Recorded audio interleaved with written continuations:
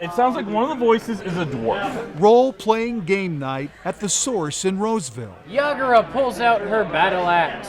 It's not a nerd fest. In fact, far from it. It's become more generally accepted, so people are more willing to give it a shot.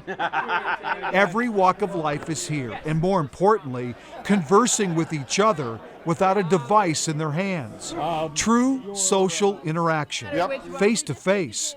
It seems to be at the heart of this board game revolution. The best games are the ones where you kind of get into character and you're, you're pretending you're somebody, or speaking Darth Vader's voice, or going pew pew pew, right, with your ship. It's the idea. It's a little bit of a reality escape, but it's a social one. Chris Peterson started Fantasy Flight Games in 1995, right out of St. Olaf College and basically out of his apartment. He was the lead designer on the game Twilight Imperium, which started his company on this crazy ride. But what sets FFG apart is Chris's vision. Like securing the literary rights to Game of Thrones and turning it into a successful board game long before it became mega popular on TV. Chris and his team built Fantasy Flight Games into the largest creator and publisher of board games in North America. And their success recently led to a profitable merger between FFG and board game giant Asmodee out of France, which translates into this amazing visual: a warehouse filled top to bottom with 6,000 pallets of board games. They ship more than 10,000 units a day out of here worldwide. One thing I have learned over and over again is that a good thing can't be kept down. Sooner or later it will rise up. Rise up?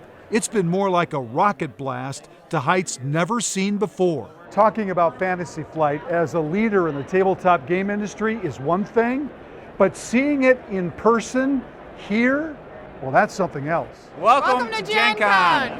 This is Gen Con in Indianapolis. 2 new X-Wing sets. And this Minnesota company is king. It's nice to see a place from home be so huge. Gen Con is the Super Bowl for board games. Over 150,000 people will attend over 4 days.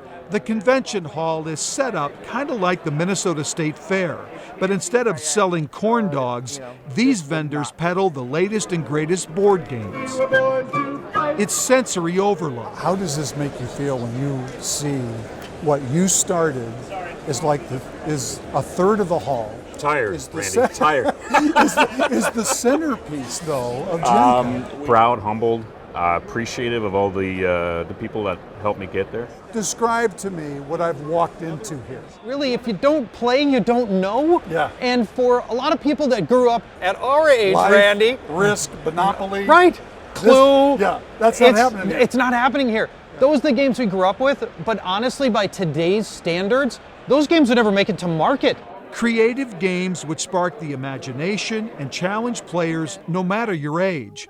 And they bring families together. Kids trading their laptops for the tabletop. The impact is immeasurable. I feel blessed because we rode a good horse, but we never knew it'd make it on top of the hill.